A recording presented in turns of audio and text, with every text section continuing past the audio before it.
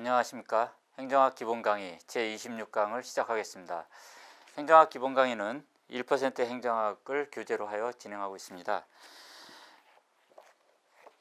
제26강의 주제는요, 교재 제3편 제7장 정책효과의 인과관계와 통계적 추론이 주요 내용입니다.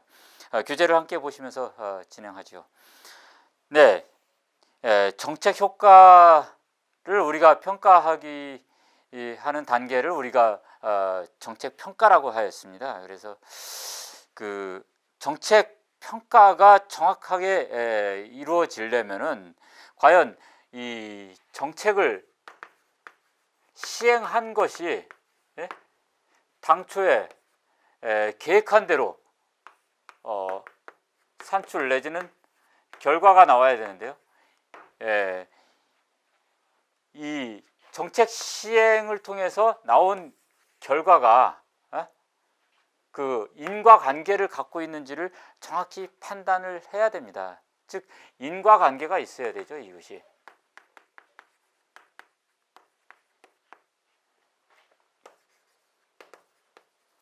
정책을 선택한 후에 정책을 시행해서 나온 결과가 과연 당초에 목표한 대로 이 결과와 인과관계가 있는지를 판단하는 것이 굉장히 중요합니다. 이 인과관계를 판단한다라는 것은 상당히 어려운 문제예요. 특히 통계학과 관련된 문제이기 때문에 상당히 그 수험생들이 난해하게 이렇게 여겨집니다. 그런데 지금 그 공무원 시험에서도 지금 이 정책 효과의 어떤 그 인과관계에 관한 통계적 추론 문제가 일정 부분 이렇게 소수 문제가 나오고 있기 때문에 어쩔 수 없이 좀 다소 어렵더라도 여러분들께서 이해하셔야 된다고 이렇게 봅니다. 자, 인과관계라는 것은 기본적으로 이제 원인과 결과의 관계인데요. 정책의 예를 들어서 살펴보도록 하겠습니다. 정부가 이제 교통사고 사망률이 높다 그래가지고 안전벨트를 의무적으로 착용하는 정책을 시행을 했습니다. 그래서 이 안전벨트라는 정책을 시행한 것은 이것이 원인이 되는 거죠. 원인이 된다고 가정할 때 그럼 결과는 뭐겠습니까?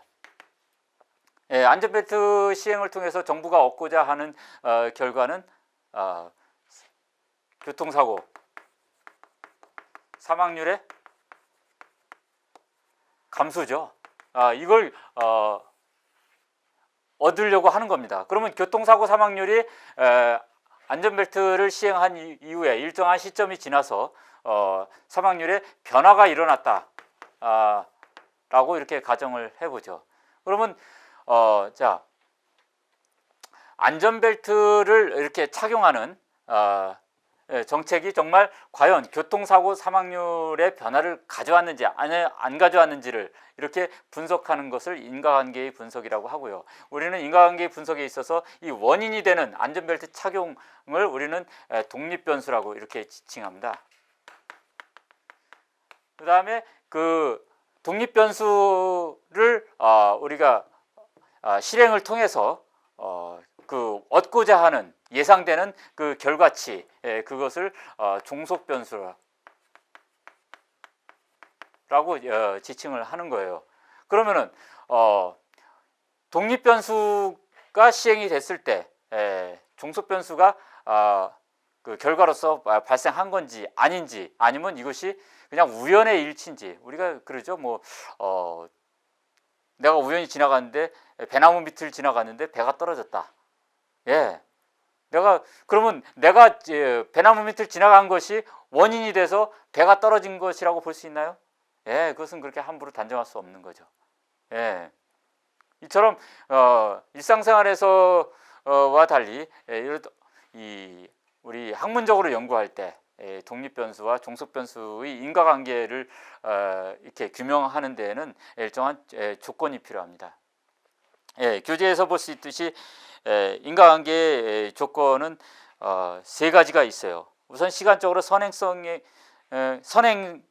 되고요. 즉 이것이 먼저 일어나야 됩니다. 독립변수 쪽이. 예. 이게 종속변수가 먼저 일어나고 이게 나중에 일어나는 이런 식으로 발생해서는 안 돼요. 독립변수가 먼저 일어나야 되고요. 두 번째 조건으로는 이 공동변화의 원칙이라는 겁니다. 즉 안전벨트를 착용하도록 강제를 하면요, 항상 이렇게 교통사고 사망률이 감소하는 식으로 변화가 일어나야 돼요. 올해는 예를 들어서 올해는 안전벨트를 착용해서 1년간 착용해서 교통사고 사망률이 감소했는데요, 내년 또 1년도에 또 안전벨트 착용을 시행을 했더니 1년간 또 변화를 봤더니 변화가 없어요. 그러니까 때에 따라 다르다. 이거는 독립변수와 종속변수 간의 인과관계를 인정을 할 수가 없다라는 겁니다. 예, 항상 그래야 된다라는 거죠. 예. 그 다음에 경쟁가설 배제의 원칙. 이것은 과연 교통사고 사망률의 감소가 다른 요인에 의해서 발생할 수 있는지 여부를 철저히 따져줘야 돼요. 예.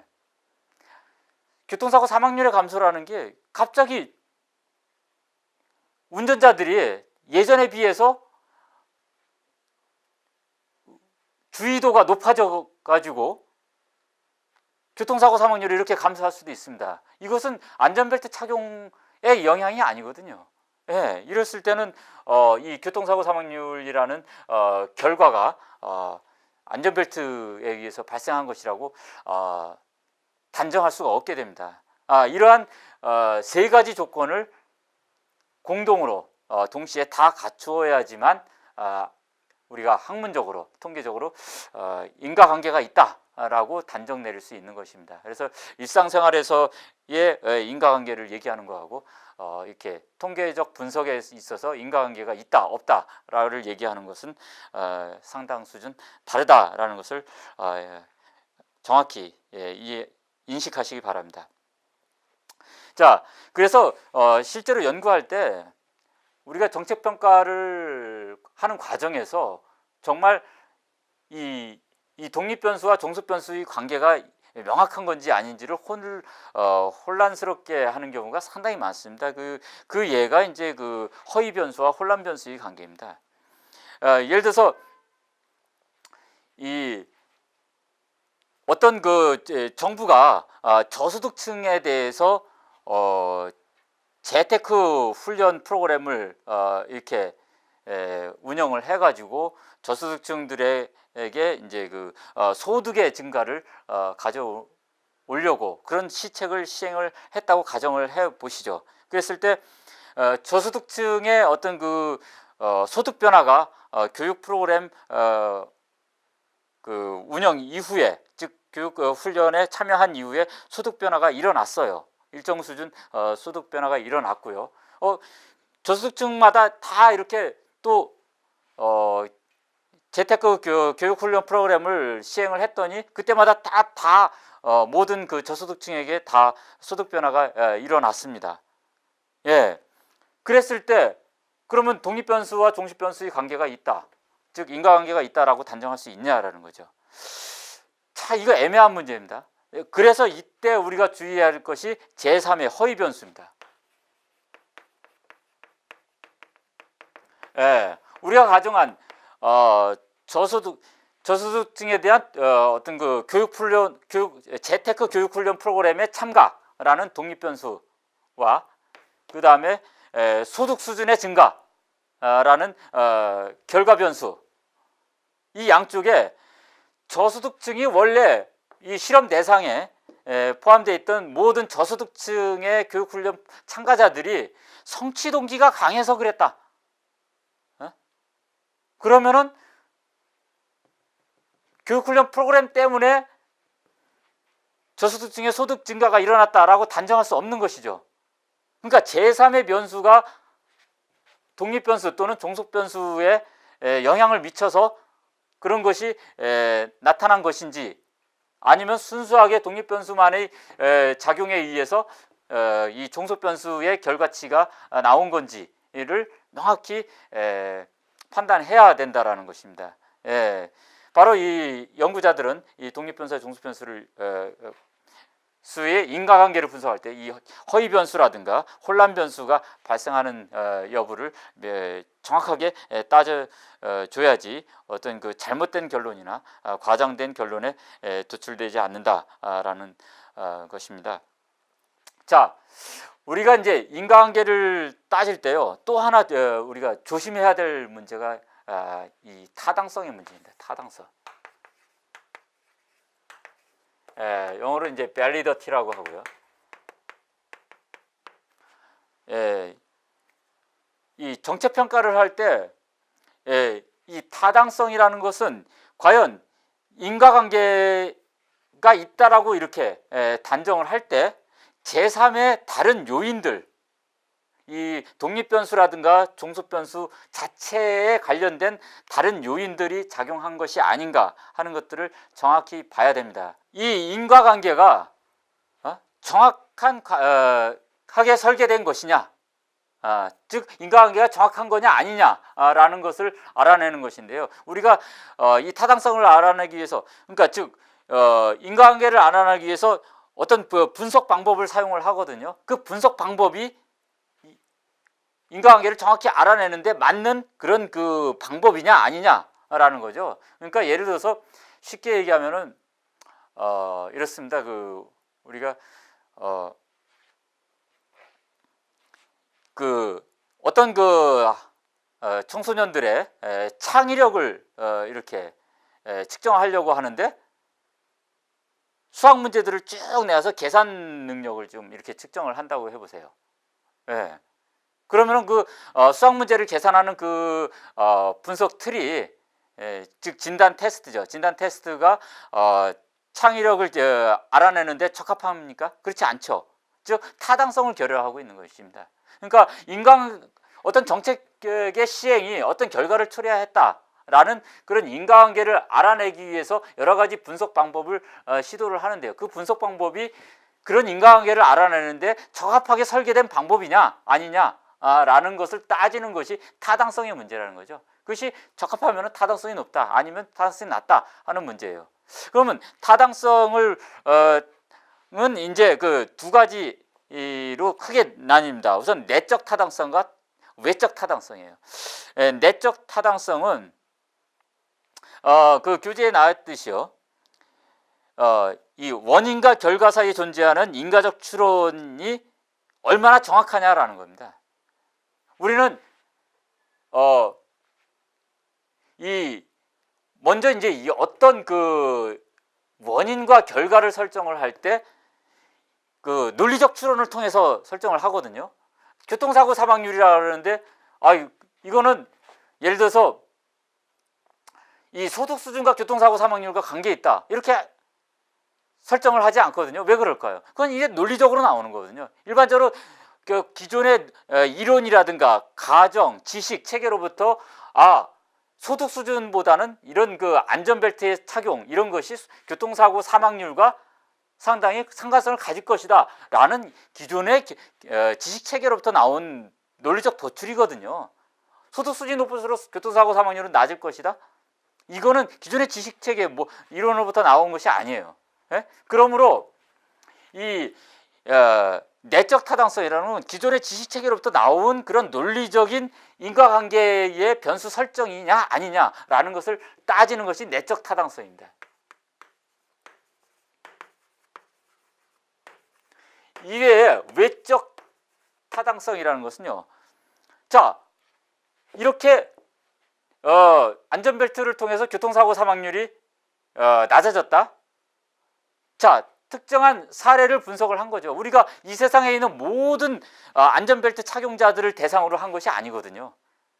그리고 오늘날 지금 시점에서 안전벨트를 착용해가지고 교통사고 사망률이 변한 것을 분석해서 인과관계를 추론했다 해가지고 과거에 또 그랬는지, 그리고 향후에도 그랬는지, 또 대한민국 말고 미국이나 다른 나라에서도 어떻게 나타나는지, 다른 지역을 떠나서 또 일반적으로 다 그렇게 적용 가능한 건지, 즉 일반화의 가능성이 어느 정도 되는지를 따지는 것이 외적 타당성입니다.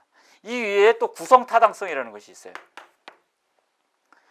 예를 들어서 민주주의 수준이 높아질수록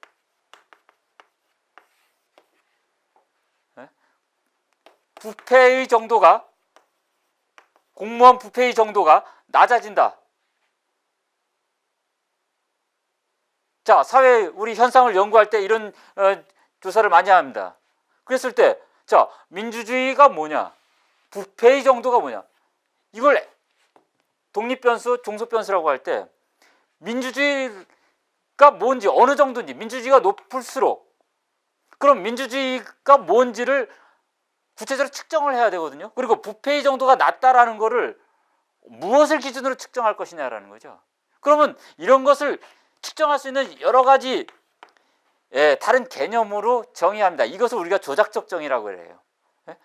그러면 민주주의는 뭐 예를 들어서 어떤 그 정부 조직 내에서 어떤 그 직위의 개방성, 그 다음에 뭐 국민의 정치 참여 수준 등등 여러 가지 수치화할 수 있는 여러 가지 하위 변수들로 이렇게 나눕니다. 그리고 부패의 정도도요. 뭐 뇌물수수 건수, 그 다음에 뭐 업무 처리의 어떤 민원 업무 처리의 어떤 그 진행 성과, 그다음에 등등 여러 가지 하위 변수로 나눠서 이것들을 가지고서 측정하죠. 그랬을 때 민주주의를 예를 들어서 뭐 교육 수준, 이 관련성이 있냐라는 거죠. 전혀 관련성이 없는 하위 변수들을 가지고 이것을 측정하겠다라고 했으면은 아무리 이것을 가지고 나온 변수 간의 관계가 이것의 변화를 통해서 이것이 나타나는 그런 그 인과관계를 갖는 것으로 나타났다 해도 이 조작적 정의 자체가 원래 측정하고 있는 하는 원인 변수와 그 종속 변수를 제대로 대변하지 못하는 것으로 구성됐을 때는 그 타당성이 낮아지게 되는 거죠. 그런 문제가 구성 타당성이다라는. 예. 자, 이런 그 타당성을 위협하는, 또 저해하는 그런 그 요인들이 여러 가지가 있습니다. 여러분들 그 내적 타당성이 저해하는 요인으로는 뭐 역사 요인, 뭐 그다음에 상실 요인, 선발 요인, 통계적 회귀 등등 여러 가지가 있고요. 그다음에 외적 타당성을 저해하는 요인에도 예를 들어서 호돈 효과라든가 그다음에 이 변수가 연구 대상을 정확히 대변하지 못하는 등의 문제 등 여러 가지 요인들이 있습니다. 그래서 이러한 요인들을 제거하는 것이 굉장히 중요해요. 기본적으로 이런 요인들은 결국은 우리가 이제 표본을 추출할 때 많이 발생하거든요. 그래서 이것을 감소시키는 여러 가지 방법들이 있는데 가장 대표적인 것이 이제 이 무작위 표본 추출이에요.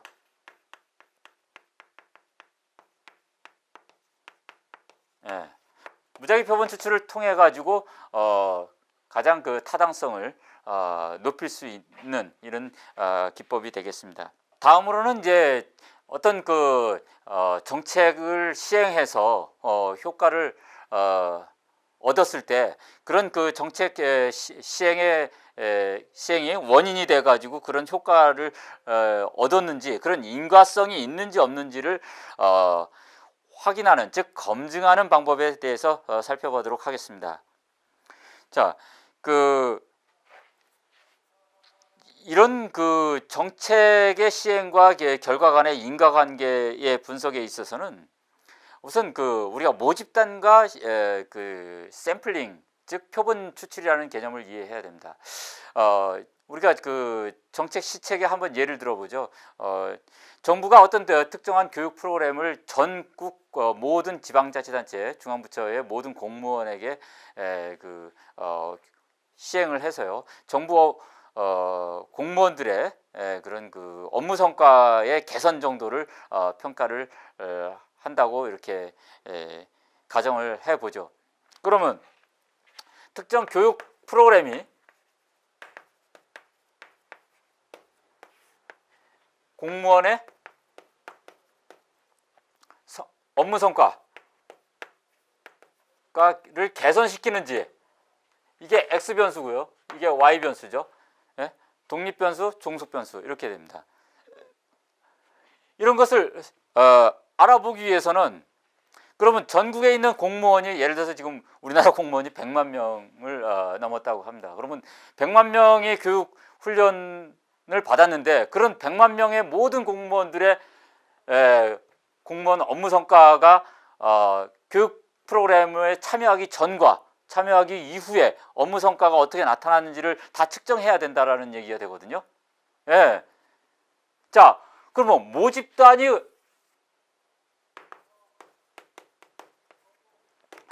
100만 명의 공무원이 있습니다. 이 공무원이 교육 프로그램에 참여했을 때 이 모든 100만 명의 업무 성과의 변화 정도를 다 측정해야 된다는 건 엄청난 자원의 낭비, 시간적으로도 부족하고요. 예? 한계가 있죠.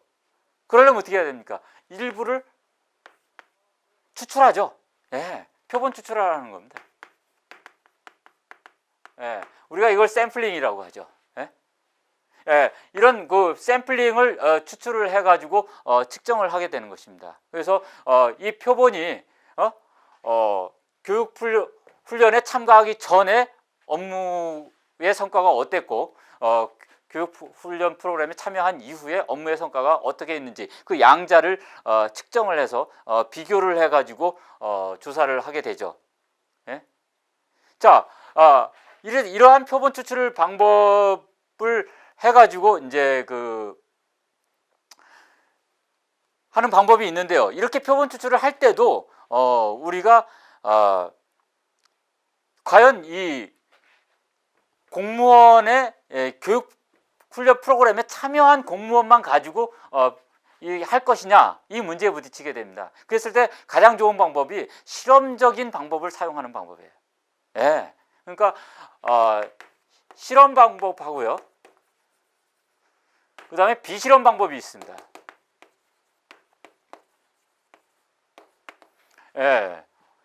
실험 방법은 교육훈련 프로그램이라는 독립변수의 작용에 의한 업무 성과의 개선이라는 종속 변수의 인과관계를 분석하기 위해서 그 교육훈련에 참여하는 공무원들과요, 참여 공무원, 비참여 공무원 으로 나눕니다. 즉 동일한 속성을 갖고 있는 공무원들을 선정을 해서, 하나는 교육훈련이라는 그런 그 조치를 하고요. 예? 한쪽 그룹의 공무원에게는 교육을 실시하지 않는 겁니다. 우리가 이런 거를 실험 처리라고 하거든요. 영어로 이제 트리트먼트 한다 그래요. 그래서 이런 교육의 실험 처리를 한 대상 공무원을 우리는 실험 집단, experimental 그룹입니다. 그 다음에 이 교육이라는 프로그램을 적용하지 않은, 즉 실험 처리하지 않은 공무원을 통제 집단이라 그래요. 이걸 컨트롤 그룹이라고 합니다. 예. 그래서 이 실험 집단과 통제 집단으로 나눠서 우리가 계획한 이런 그 원인 변수를 실험 처리해 가지고 이 실험 집단과 통제 집단의 추후에 나타나는 업무 성과의 변화 정도, 이런 것을 측정해서 이것을 비교하는 거죠. 이걸 비교하는 겁니다. 예. 얘만 변화했다 그래가지고 할 수 있는 게 아니라, 통제 집단에서의 변화를 비교해서, 통제 집단은 예를 들어서 아무런 변화가 없는데 참여한 교육훈련을 시행한 이 실험 집단만 업무 성과의 어떤 그 개선도가 올라갔다. 그거 하면은 일단은 통계적으로 이 인과관계가 있다라고 분석을 할 수 있는 것이죠. 이러한 방법으로 하는 것이 실험 연구 방법의 대표적인 분석 기법이에요. 그래서 그 규제에 나와 있는 것처럼요, 이처럼 실험 집단과 통제 집단을 나눠 가지고 어떤 그 인과관계를 분석하는 이런 연구 틀을 실험 연구라 이렇게 합니다. 특히 실험 연구 중에서 진실험 연구라고 지칭을 합니다. 이 방법을요.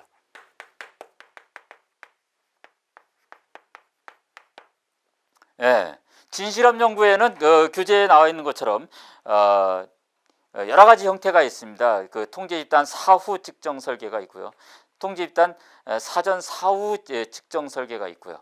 예, 그다음에 솔로몬의 4집단 실험 설계가 있습니다. 첫 번째 이제 통제 집단 사후 측정 설계는 이 실험 집단과 통제 집단이 실험 처리를 한 후에, 즉 교육 훈련 프로그램에 참여하고 한쪽은 참여하지 않고 하는 식으로 해가지고 어떠한 변화가 일어났는지 이 실험 처리 이후에 나타난 업무 성과도의 개선 정도, 변화 정도, 이걸 측정해 가지고 인과관계를 분석하는 것이 이 통제 집단 사후 측정 설계고요.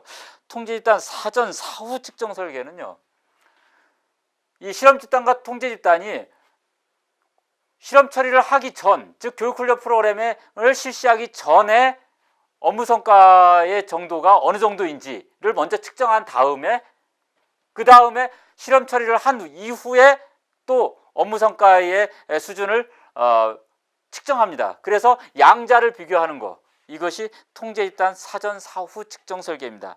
그 다음에 이제 솔로몬의 4집단 실험 설계는 앞에 있는 통제 집단 사후 측정 설계하고 통제 집단 사전 사후 측정 설계를 이 통합해는 두 가지 융합 방법입니다. 이것은 가장 완벽한 인과관계를 측정할 수 있는 방법이긴 하지만 너무도 좀 구성하는데 어려움이 있고 시간이나 비용이 과다하게 든다라는 것입니다. 다음으로는 이제 가짜 실험 처리 방법인데요. 가짜 이 플라시보 이펙트라는 거는 그 유명한 그 가짜 약 처리 실험으로부터 나온 얘기거든요. 그러니까 우리가 그 어떤 그 병이 든 환자에게 그 의사가 가짜 약을 주놓고는 이것이 진짜 치료제입니다라고 이렇게 줬는데 그 약을 먹은 환자가 병이 사실상 개선되는 효과가 있었습니다. 즉 진정한 실험 처리가 아닌데도 불구하고 그것을 정말 진정한 것이라고 판단하고서 그 어떤 심적 변화죠. 그것에 의해서 어떤 효과가 발생하는 걸 이제 우리가 플라시보 이펙트라고 하거든요. 이와 같은 이제 플라시보 이펙트의 원리를 이용한 것이 이제 가짜 실험 처리 통제 집단 설계가 되겠습니다. 이 방법은요, 이 통제 집단 내에다가 가짜 실험 처리를 하는 것인데요. 그러니까 통제 집단을 두 분류로 나눕니다. 한 분류는 원래의 통제 집단이고요. 그러니까 이 교육 훈련을 실행하지 않습니다. 근데 하나의 집단은 교육 훈련 프로그램을 시행한다고 하는 겁니다. 실제로 교육을 시켜요. 그러나 진정한 교육을 시키는 것이 아닙니다. 상대방들이 교육을 받는다라고 생각을 하는 것이지 진정한 여기 그 실험 집단에서와 같은 교육 훈련을 시키지 않는 거예요. 그럼으로써 이 통제 집단을 두 개로 나눠 가지고 이 플라시보의 그룹들이 어떻게 반응하는지를 측정을 해서 통제 집단 내에서 그 차이점을 비교하고 또 실험 집단과의 차이점을 비교하면서 하는 방법이 이 가짜 실험 처리 통제 집단 설계다. 블록 실험 설계라는 거는 이 실험 집단을 세 가지로 나누는 거예요. 실험 집단. 아니, 두 가지 유형으로 나누는 겁니다. 어떤 계층이나 성격에 따라서 나누는 겁니다. 예를 들어서 IQ에 따라서 공무원의 업무 성과가 달라진다. 이렇게 하면은요, 교육훈련 프로그램을 시행을 하고서요, 하면서 IQ에 따라서 다르냐? 그러면 여기를 또 이 IQ를 뭐 예를 들어서 뭐 120부터 120 이상, 그다음에 뭐 100부터 120 사이, 100 이하 뭐 이렇게 해서 3, 4등급으로 이렇게 나눠 가지고 그룹별로 이렇게 그 집단을 편성하게끔 하는 것이 블록 편성 방법입니다. 이외에 뭐 이 사회 실험 같은 경우는 이제 아직 검증되지 않는 그런 그 정책 프로그램에 대해서 이제 실제로 그것을 실행하기 전에 그 결과를 미리 평가해 두는 그런 그 방법으로서 많이 사용되고 있습니다. 자, 지금까지 설명드린 것이 이제 그 실험 방법이에요. 그 실험 설계에는 또 이제 그 진실험 연구 이외에 또 하나의 방법이 준실험 연구가 있습니다.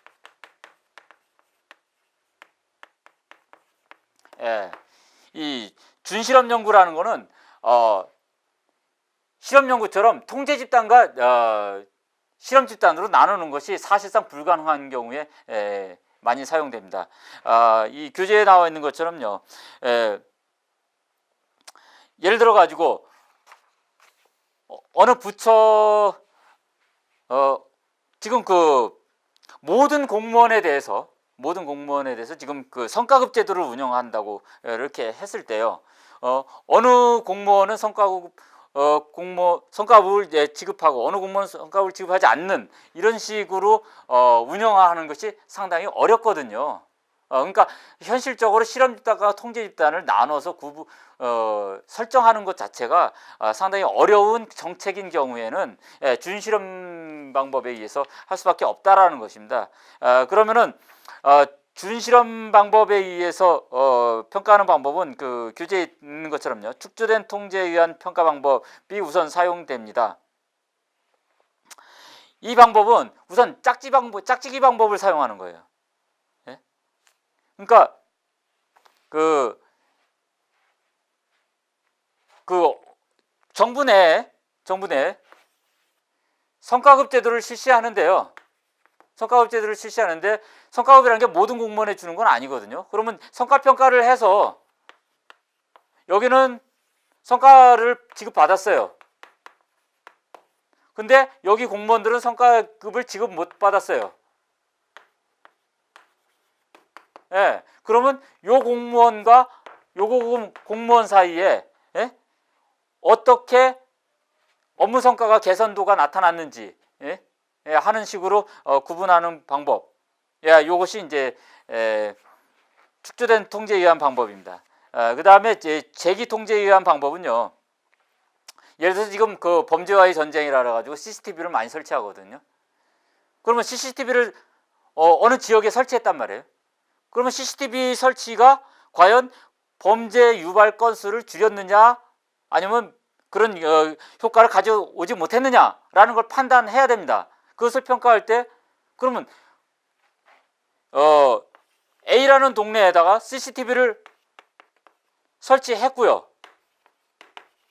B라는 지역에다가 CCTV를 설치 안 해요. 그래가지고 두 지역을 비교해서 범죄율을 조사를 이것이 범죄율에 미치는 영향, 인과관계를 분석한다? 이건 사실상 어렵습니다. 왜냐? A라는 지역과 B라는 지역이 범죄 상황 자체가 다르거든요.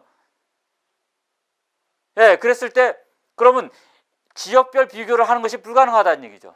그러면 이 재기 통제에 의한 방법은 A라는 지역에서 예를 들어서 뭐 강남구 무슨 지역에서 CCTV를 설치한 후에 범죄가 CCTV 설치 후에 어떤 변화가 나타났는지를 쭉 봅니다. 그래서 그 CCTV 설치 전과 후에 어떤 범죄율의 변화를 본 다음에요. 이것이 A라는 지역에서 과거에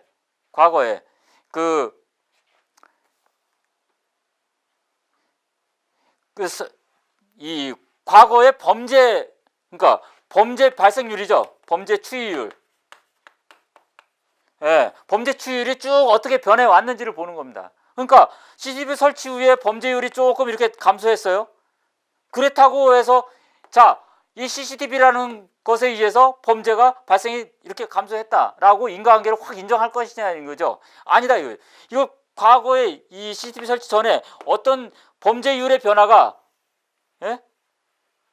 쭉 이렇게 감소되어 있는지 아니면 이렇게 하다가 이렇게 감소한 건지 알 수 없거든요. 그래서 과거의 범죄율의 추이를 쭉 분석을 해가지고 이 CCTV 설치 이후에 범죄율의 변화하고 어떤 상관관계가 있는지를 분석해서 이 인과관계를 따지는 방법, 이것이 재기 통제에 의한 방법이라는 것입니다. 예, 이런 것이 대표적으로 준실험 연구에서 많이 사용돼요. 준실험 연구는 사실상 이 진실험 연구에 비해서 완벽한 인과관계를 도출을 해내는 데는 상당히 한계가 있는 방법이다, 이렇게 볼 수 있습니다. 그렇지만 실제로 이 정부 정책의 평가를 함에 있어서 이 완전한 그 실험 집단과 통제 집단을 분리해 가지고 구분해서 그것을 실험 처리하는 그런 작업이 상당히 어려운 경우가 상당히 많습니다. 그래서 현실적으로는 이런 준실험 연구가 보다 더 많이 사용될 수밖에 없는 그런 현실적 한계가 있다라는 것을 이해하시면 좋겠습니다. 그 다음에 이제 마지막으로 실험 연구에 의하지 않는 비실험 연구가 있습니다. 이 비실험 연구라는 거는 교재에 있는 것처럼요. 또 하나의 정책을 또 반복해서 빨리 시행할 수가 없는 경우가 참 많습니다. 이게 정부 정책 중에서는 일회성으로 끝나는 정책이 많아요. 예? 예를 들어서 AI라는 지금 조류 독감 문제가 지금 심각하다고 볼 때, 조류 독감을 어떤 예방하기 위해서 정부가 전국에 있는 모든 농장에다가 특정한 어떤 행정 조치를 했다고 이렇게 가정을 했을 때, 그러한 전국적인 행정 조치를 또 반복해서 이렇게 할 수가 없거든요. 그렇기 때문에 실험적인 방법이 아니라 실제로 그냥 이루어지고 있는 정책의 진행 상황에서, 또는 정책이 다 이루어지고 난 후에 그 정책의 인과관계를 평가하는 방법이 비실험 연구입니다. 예를 들어서 이제 정부가 대북 정책을 대북 완화 긴장 완화 정책을 많이 하지 않았습니까? 금강산 관광이라든가, 그 다음에 개성공단 설치, 그 다음에 대북 쌀 지원 정책, 이런 것들을 했어요. 그것을 통해서 정말 대북의 어떤 군사적 대치 정도, 군사적 분쟁의 발생의 건수가 줄어들었냐라는 인과관계를 분석하려고 한다. 그런데 지금 와서 다시 정부의 대북 지원 정책을 다시 재개할 수는 없는 것입니다. 그랬을 때 우리는 이런 실험적 방법에 의해서 정책의 효과와의 어떤 인과관계를 분석하는 것은 불가능하다. 이럴 때 사용하는 방법이 비실험적 연구 방법이다, 이렇게 볼 수 있겠습니다. 그래서 비실험적 연구 방법에서는 상당히 원인 변수가 되는 그런 정책과 결과 변수가 되는 효과 간의 그런 인과관계의 경로도를 분석해서 도출해내는 것, 그것이 비실험 연구에서 가장 성공의 성패를 가늠하는 그런 요소가 된다라는 점을 유념해 두시기 바랍니다. 우리가 정책평가의 인과관계를 면밀히 정확하게 분석하기 위해서 거쳐야 될 필수적인 단계가 가설검증이라는 것입니다.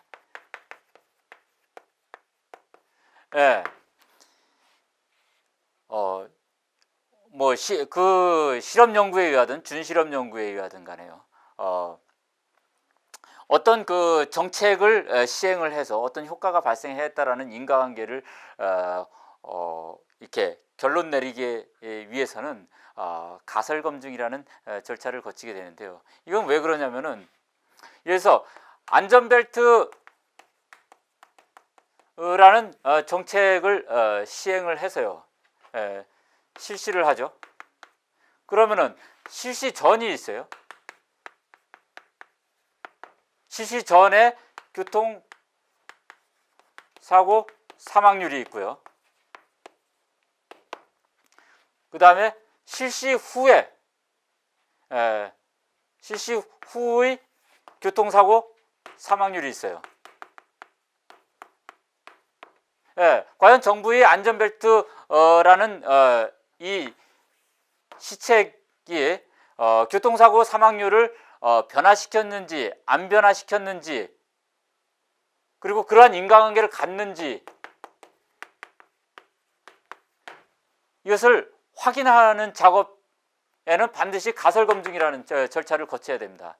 즉 뭐냐면은 교통사고와 관련해서 안전벨트의 착용이 교통사고 사망률을 감소시킬 것이다 라는 아직 확정되지 않은 미확인된 가정을 통계적 분석을 통해서 확인하는 절차, 이것이 가설검증이 되겠습니다. 예, 정부의 여러 가지 정책들은 어떤 효과를 걷는 것으로 예정이 돼서 시행이 되는 것이에요. 예? 정부가 어떤 교육을 시킨다, 아니면 뭐 CCTV를 설치한다, 아니면 취업자 재교육 프로그램을 운영한다, 이런 것들은 다 어떤 그 특정한 정책 효과를 얻겠다라는 것으로 예정된 겁니다. 과연 그것이 어떤 그 시책이 어떤 결과를 거둘 것이다 라는 것에 대한 이 잠정적인 가정들이 가설이라고 하는 것입니다. 예. 그런 가설이 진실이다 라는 것을 어떻게 알아내냐 하는 거죠. 그 절차가 통계적 검증을 거쳐서 얻게 되는 것입니다. 그러면 교통사고와 관련해 가지고 안전벨트 착용이라는 시책이 교통사고 사망률을 저하시킬 것이다 라는 이 상관관계에 대한 잠정적인 가정, 즉 가설을 확인하는 통계적 절차에 대해서 한번 알아보도록 하겠습니다. 우선 이 안전벨트를 착용하기 전에요, 이 전국에서 이제 그 교통사고의 사망률을 모두 조사할 수 없습니다. 그렇죠? 예. 전국의 모든 도로를 다 조사해서 교통사고 사망률을 조사한다는 건 시간적으로, 금전적으로 사실상 불가능한 겁니다. 그러면은 샘플링을 하죠. 표본 조사를. 그리고 역시 안전벨트 착용 의무화 실시 이후에 교통사고 사망률의 변화도 전국 모든 도로를 대상으로 해서 측정하는 것이 아닙니다. 역시 표본 조사를 통해서 이루어지는 거죠. 예, 이러한 표본 조사를 통해서 우리는 무엇을 조사하냐면요, 평균값과 표준 편차를 조사하죠. 평균값이라는 것은 일일 하루에 교통사고 사망률이 얼마나 일어나느냐 하는 것이에요. 예. 그러니까 실시 전 표본입니다. 그 다음에 실시 후 표본이에요. 그러면 평균값이 실시 전에는 한 1일 530건 정도 발생했습니다. 하루에 도로에서요. 예. 실시 후에는 하루에 470건 정도 발생했습니다. 예. 그리고 표준 편차라는 거는 이 표본을 이 평균값이 얼마나 이 표본으로 추출했을 때 이 모집단으로부터 얼마나 퍼져 있느냐, 에러의 정도거든요. 이 표준 편차가 일정 수준 나오게 됩니다. 우리를 예를 들어 가지고 이것을 뭐 120, 이거는 115, 뭐 이렇게 가정할 수 있습니다. 이 표준 편차는 결국은 이것은 이 다음 단계에서 이 표본 추출 오차를 계산하는데 상관되는 값이에요. 자, 그러면은 평균값을 통해서 숫자적으로 봤을 때 교통사고 사망률이, 일일 사망률이 안전벨트 의무화 실시 이후에 상당히 줄어들었죠. 그러면은 이 안전벨트 의무화와 사망률, 교통사고 사망률 간의 상관관계가, 즉 인과관계가 있다라고 이렇게 결론 내릴 수 있냐? 그렇게 단정적으로 결론 내릴 수가 없어요. 예, 이것만 가지고는요. 예, 통계적인 검증을 해야 됩니다. 통계적인 검증이라는 건 뭐냐면은 여기에 상당히 에러가 발생할 수 있는 거거든요. 에러. 예, 오류가 발생할 수 있는 겁니다. 예, 오류는 어떤 거냐면요. 이게 모집단에서 추출된 것이 아니거든요. 여기도 모집단을 조사해서 나온 것이 아니거든요. 예? 샘플링을 해서 조사한 거기 때문에 아무리 무작위 표본 추출을 하더라도 전국의 수많은 그 차량과 운전자들, 그 많은 도로에서 아주 극소수에 해당하는 샘플링을 통해 가지고 이 표본을 추출해서 이 조사한 것이기 때문에 이 값이 정말 모집단의 원래 값하고 같은 거냐 아닌 거냐, 그거는 100% 장담할 수 없는 것입니다. 예. 무작위 표본 추출을 하니까 이건 완벽하게 동일한 것이다. 그거는 보장할 수 없어요. 거기에는 일반적인 그 에러가 있습니다. 오류가 발생해요. 우리 그것을 표본 추출 오차라고 합니다. 예.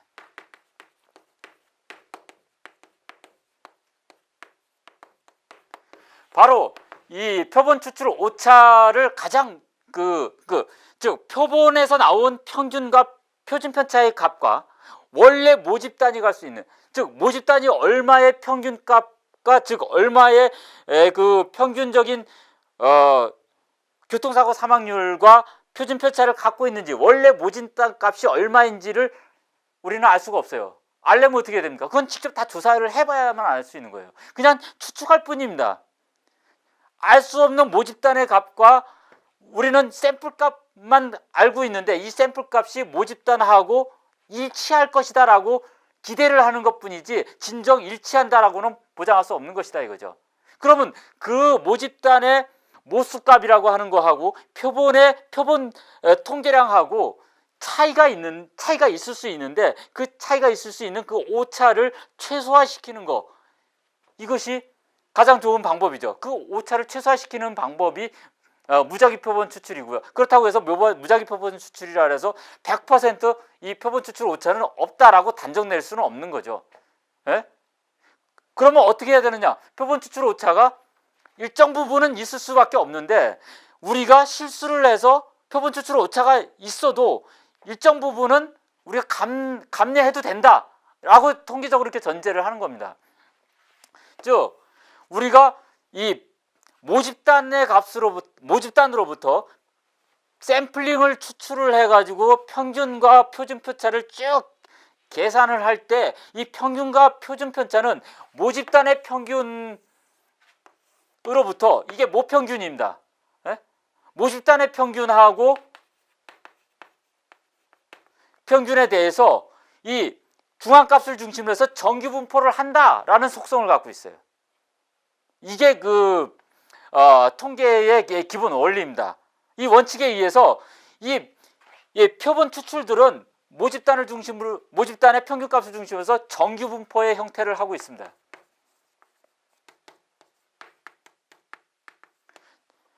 그러므로 이 표본의 값들이 정규 분포를 하고 있기 때문에 중심값에 대해서 모집단의 평균의 상당 부분 접근해 있는 거죠.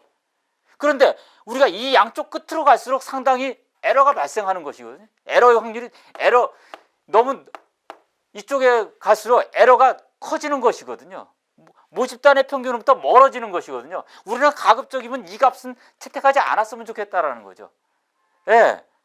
자, 그러면 이 값을 채택하지 않도록 하는 방법이 뭐냐? 예, 이런 방법을 하기 위해서 채택하는 것이 이제 가설 검증에 있어서 영가설을 사용하는 방법입니다. 어떻게 검증해 나가느냐 하는 방법인데요. 자, 통계적 검증 단계에서 사용되는 영가설과 그 다음에 연구가설의 문제를 알아봅시다. 우리 영가설은 이제 귀무가설이라고도 하는데요. 우리가 진정 알고 싶은 거는 무엇입니까? 안전벨트의 착용 전후에 발생하는 이런 사망률의 변화가 있냐 없냐를 할 때요, 사망률의 변화가 있다 라는 것이 우리가 알고 싶은 것이거든요. 그러면 사망률의 변화가 있다라는 걸 직접 연구하는 거냐 이거죠. 사망률 변화 있다가 우리가 알고 싶은 겁니다. 그죠? 근데 이걸 직접 확인하는 길이 상당히 어려워요. 그러면 어떻게 하느냐? 사망률 변화가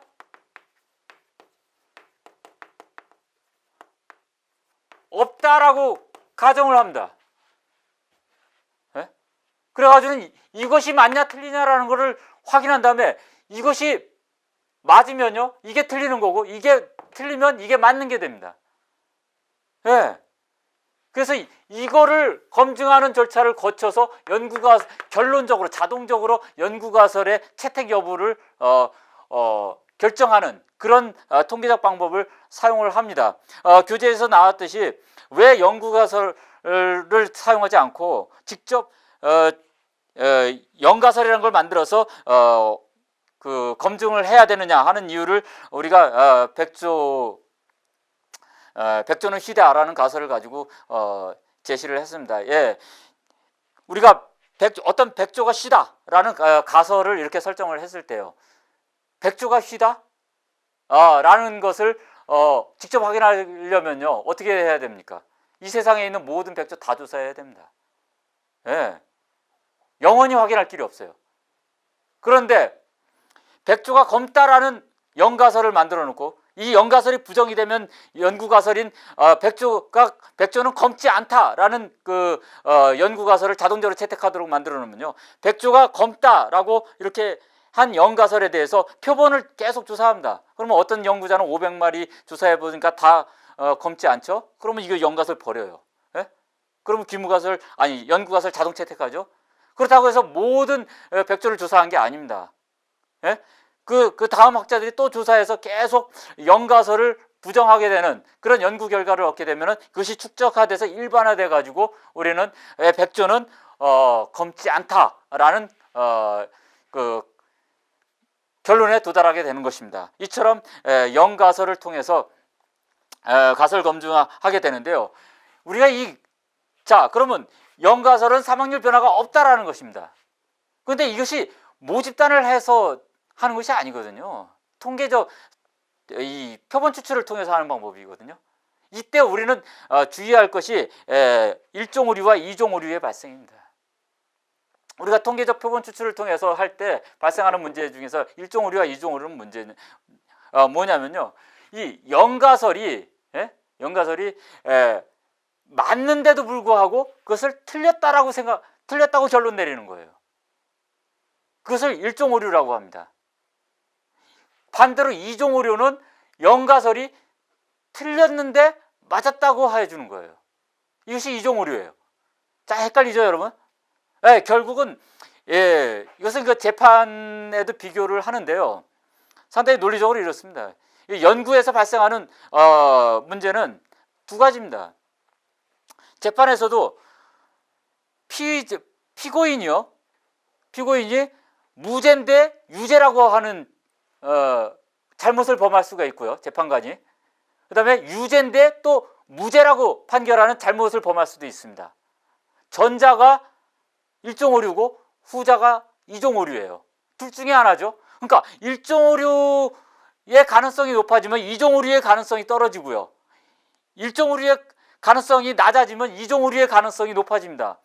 그렇기 때문에 1종 오류와 2종 오류 중에 우리가 어느 한쪽도 완전히 없애는 그런 조치는 할 수가 없습니다. 가장 좋은 방법은 결국은 이제 증거를 확실히 채택을 해서 하는 방법이고요. 그것을 이 통계적 가설 검증 쪽에다 적용하면 결국 표본의 수를 늘리는 방법입니다. 가장 좋은 방법은 모집단을 하는 거죠.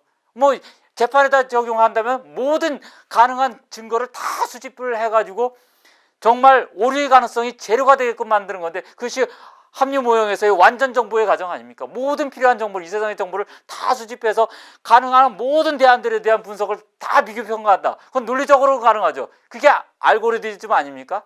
그건 컴퓨터에서나 가능하지. 일상 인간이 분석하는 이런 그 실질적인 분석 틀에서 그게 가능하지 않다라는 거죠. 그러면 오류가 발생할 수밖에 없는데, 그러면 오류를 어느 정도 수준까지 받아들일 것이냐 하는 것이죠. 그 오류의 받아들이는 수준이 이겁니다. 이거 양측에서요.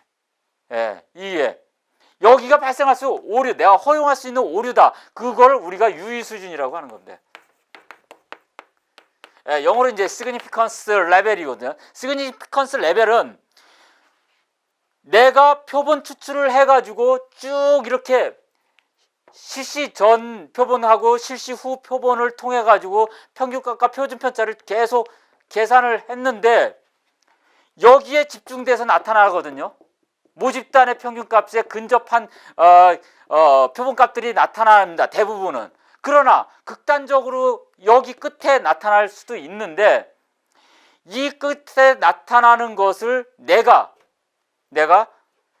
이 수준까지는 이 끝에 나타나는 것일지라도 내가 실수를 감내하겠다 라고 하는 그 범위가 유의 수준입니다. 즉 일종 오류를 내가 범하지 않겠다, 범하더라도 그건 문제가 없다 라고 허용할 수 있는 내 한계선을 거는 것이 유의 수준입니다. 그러므로 유의 수준을 크게 해보면요, 우리가 통계적으로는 유의 수준을 보통 5%, 1% 이렇게 0.5% 수준으로 이렇게 막 임의로 설정합니다. 통계 수준, 이 유의 수준을 높여놓으면요, 내가 일종 오류를 범할 수 있는 틈이 커져요. 틈이 커집니다. 허용하는 정도가 커집니다. 즉 관대해진다는 거죠. 관대해진다는 건 재판으로 따지면 이런 겁니다. 이 사람이 무죄인데 사실 살인죄를 저지르지 않았는데도 불구하고 유죄라고 판정해서 사형시켜버리는 가능성을 커지게 만드는 겁니다. 예. 그러면 문제가 발생하죠. 그래서 유의 수준을 낮추는 방법을 취합니다. 유의 수준을 낮추면은 또 무슨 문제가 발생해요? 이종 오류가 발생할 가능성이 커져요. 예, 이런 식의 문제가 대칭적으로 발생한다라는 거죠. 예, 아무튼 우리는 이 유의 수준을 통해서 통계적 가설 검증을 해서 이 일종 오류를 최소화시키는 단계를 거치는데요. 결국은 이 표본에 대한 이 실시 전과 실시 후에 이런 표본 추출을 통해서 표본값들을 도출해내서 이것이 차이가 변화가 없다라는 것을 연가설로 해가지고 이것을 Z값으로 전환합니다. Z값.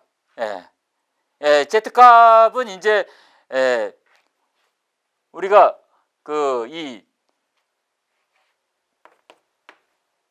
표본의 값이죠. 표본의 평균값하고 그 다음에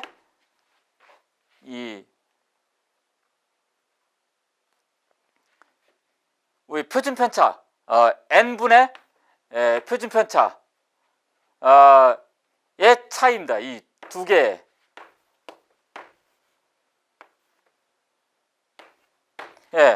이 값을 통해서 이제 Z값을 도출해서 이 Z값이 어느 양쪽 극단에 어느 점에 속하는지 아니면 이 안에 속하는지를 판정을 해서 이 인과관계를 우리가 있다고 볼 것이냐 없다고 볼 것이냐 라고 판정을 하게 됩니다. 그래서 이쪽으로 나가면요, 우리는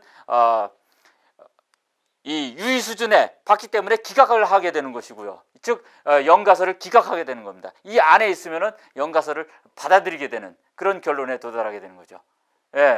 그래서 결국은 이 연가설을 통해서 검증을 한다라는 것은 표본 추출을 통해서 내가 이 차이를 검증을 해내는데 이 차이가 모집단의 진정한 값을 반영하는 것인지 아니면은 추출 과정에서 나타나는 추출 에러인지, 그 경계선의 어느 쪽에 속하는 건지를 판정하는 것이고요. 내가 추출 에러에 속하는 것이다.